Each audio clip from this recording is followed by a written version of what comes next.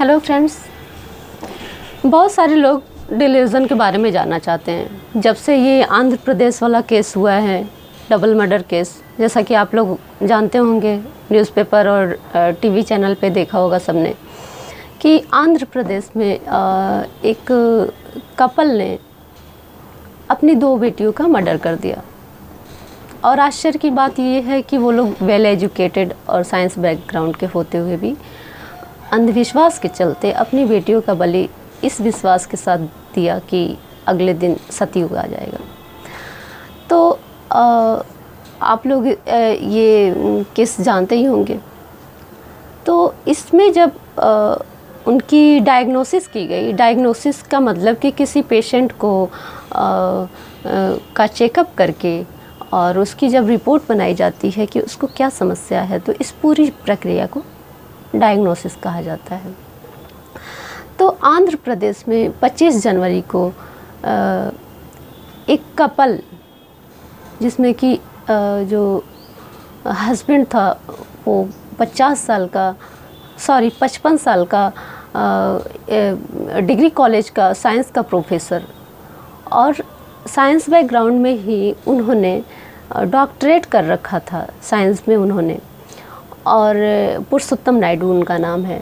और उनकी वाइफ पद्मजा, वो भी पोस्ट ग्रेजुएशन में गोल्ड मेडलिस्ट रह चुकी हैं। इन दोनों लोगों ने अपनी बेटियों का, एक 27 साल की उनकी बेटी थी और दूसरी 22 साल की, एक को त्रिशूल से मार डाला, दूसरे को डंबल से सर पे मार डाला। और ये हत्या एक तरह से बलि के तौर पे उन्होंने इस अंधविश्वास के साथ दिया 25 जनवरी की रात को 2021 में ही, कि अगले दिन सतयुग आ जाएगा। और अपनी दोनों बेटियों का बलि देके रात भर वो कुछ और लोगों के साथ भी तांत्रिक क्रियाएं करते रहे। और सुबह जब पुलिस आई तो पुलिस को भी ये विश्वास दिलाते रहे कि नहीं, अब सतयुग आ जाएगा, अब सतयुग आ जाएगा। इस तरह की उनकी विकृत मानसिकता हो चुकी थी। अब उनको जब एक साइकाइट्रिस्ट और साइकोलॉजिस्ट की टीम के पास ले जाया गया चेकअप के लिए, तो जब उनका डायग्नोसिस तैयार किया गया तो उनमें पाया गया कि उनमें जो पुरुषोत्तम नायडू हैं उनमें डिल्यूजन की समस्या देखी गई, और उनकी वाइफ में शेयर डिल्यूजन की। अब ये डिल्यूजन क्या होता है? आप लोगों ने स्किज़ोफ्रेनिया का वीडियो देखा होगा, और नहीं भी देखा होगा तो मैं बता दे रही हूँ। स्किज़ोफ्रेनिया एक तरह का बहुत ही खतरनाक मानसिक रोग माना जाता है। तो स्किज़ोफ्रेनिया का होने का मुख्य आधार डिल्यूजन और हेलुसिनेशन होता है। हेलुसिनेशन पे मेरा एक अलग से स्पेशली वीडियो है। पहले मैं हेलुसिनेशन के बारे में बताती हूँ, थोड़ा सा शॉर्ट परिचय यहाँ पे। हेलुसिनेशन का मतलब ये होता है माया जाल या भ्रम जाल। जो चीज़ें नहीं हैं वो दिखना, स्पर्श होना, सुनाई देना, महसूस होना, सुगंध आना, इस तरह की मति भ्रम की स्थिति को हेलुसिनेशन कहते हैं। डिल्यूजन का मतलब ये होता है कि किसी धारणा, जो कि गलत धारणा भी हो सकती है, काल्पनिक भी हो सकती है, उस पे अपनी एक मजबूत विश्वास बना लेना कि नहीं ये है, और दूसरे लोगों को भी प्रेरित करना इस बात के लिए कि आप भी इस विचारधारा को अपनाइए। डिल्यूजन में ये समस्या पाई जाती है। अब पुरुषोत्तम नायडू, जिन्होंने अपनी बेटियों का बलि दिया अपनी वाइफ के सहयोग और अपने सहयोगियों के सहयोग से, उनमें यही डिल्यूजन की प्रॉब्लम देखी गई। लोगों को आश्चर्य इस बात से होता है कि इतने पढ़े लिखे होने के बाद ऐसे अंधविश्वासी कैसे हो सकते हैं, और अगर इतना अंधविश्वास है तो इतनी पढ़ाई इन्होंने कैसे कर ली, साइंस में डॉक्टरेट कैसे कर लिया, इनकी वाइफ ने पोस्ट ग्रेजुएशन में गोल्ड मेडल कैसे पा लिया। तो जब इन्होंने पढ़ाई की होगी उस टाइम इसकी मानसिक विकृति की समस्या नहीं रही होगी, उस समय ये सही रहे होंगे। डिल्यूजन की समस्या है, ये 3 कारणों से होता है। पहला जेनेटिक है, दूसरा एनवायरनमेंट, यानी कि माहौल, आप किस तरह के माहौल में रह रहे हैं, उस तरह के अंधविश्वासी माहौल में रह रहे हैं या। और तीसरा है कि मस्तिष्क में यानी कि ब्रेन में केमिकल इम्बैलेंस, चाहे डोपामाइन भी कहा जाता है, डोपामाइन की कमी या फिर न्यूरोट्रांसमीटर के इम्बैलेंस की वजह से, ब्रेन में जो केमिकल इम्बैलेंस होते हैं उसके वजह से। अब जो पुरुषोत्तम नायडू और पद्मजा नायडू हैं, इनमें यही केमिकल इम्बैलेंस की वजह से ही डिल्यूजन की समस्याएं आई हैं, क्योंकि ना ही इनमें ये जेनेटिक था और ना ही एनवायरमेंटल। ये खुद साइंस बैकग्राउंड के थे, साइंस में इन्होंने पीएचडी कर रखा है, डॉक्टरेट किया है और डिग्री कॉलेज में प्रोफेसर भी हैं थे। और इनकी वाइफ भी गोल्ड मेडल लाई हैं अपने पोस्ट ग्रेजुएशन में। तो जाहिर सी बात है कि एनवायरमेंटल तो नहीं है उनमें, ना ही जेनेटिक है। ये हुआ उनमें केमिकल इम्बैलेंस के कारण पुरुषोत्तम नायडू में। उसके बाद डिल्यूजन की एक दूसरी रूप भी होती है, शेयर डिल्यूजन। इसका मतलब ये होता है कि अगर किसी में डिल्यूजन है, जैसे कि कोई संक्रामक बीमारी होती है, तो किसी एक व्यक्ति को लगा तो फिर वो उससे संबंधित उसके आसपास के लोगों में, उसके परिवार के लोगों में भी हो जाता है। यही समस्या हुई इन लोगों के साथ। और शेयर डिल्यूजन में ये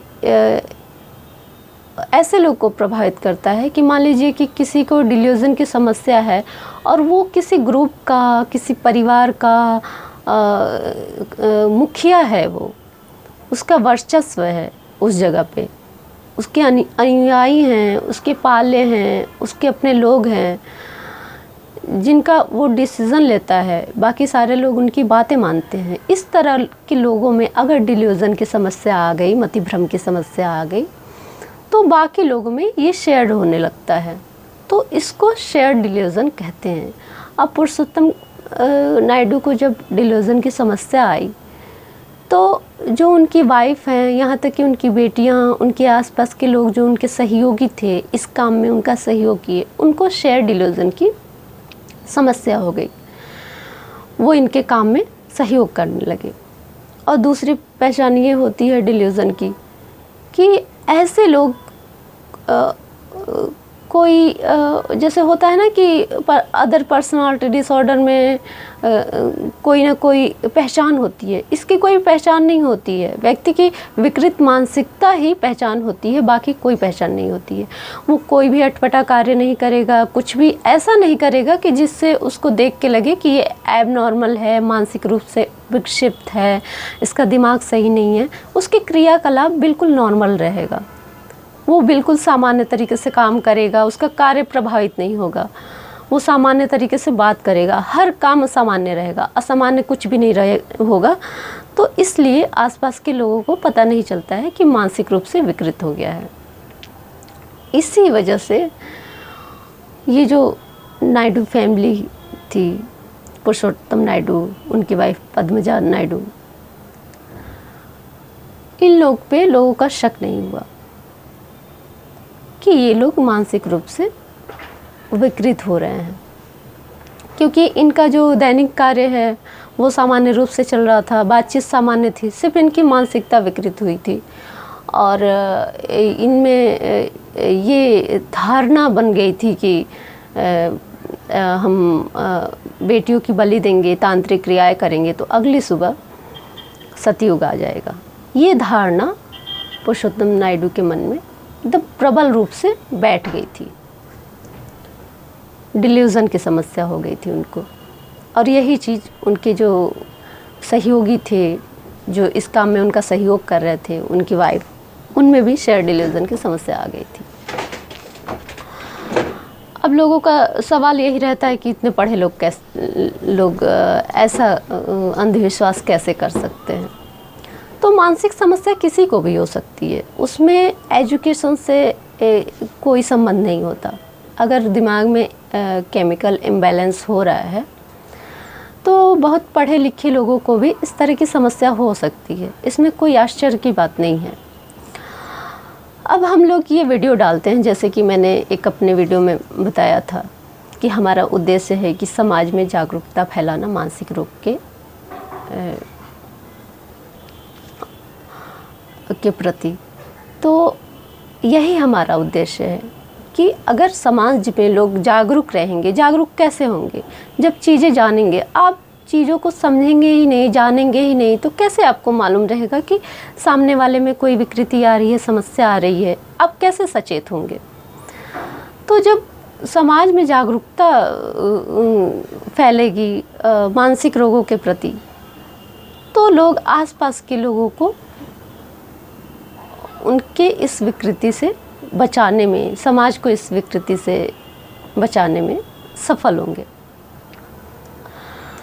तो अगर आसपास के लोग को मालूम होता कि इनकी जो मानसिक स्थिति है, इनके जो विचार हैं, डिल्यूज़न वाले विचार हैं, तो हो सकता है वो ये जो बलि के नाम पे अपनी बेटियों की हत्या इन्होंने कर दी, वो ना हुआ होता। पहले ही कंप्लेन कर दिए होते वहाँ के लोग, तो उनकी जान बच गई होती।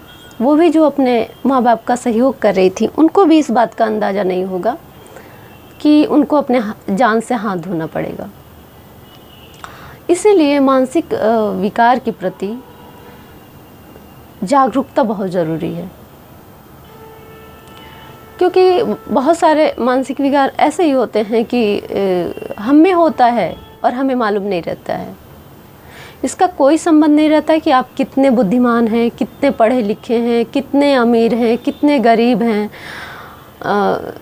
कितने कुरूप हैं, कितने सुंदर हैं। इस बात से कोई मतलब नहीं होता। मानसिक समस्या या कोई भी शारीरिक समस्या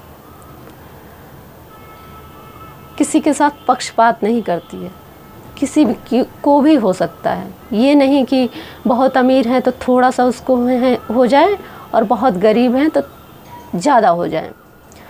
किसी को भी होता है और उतना ही होता है, उसकी मात्रा में कमी नहीं आती है।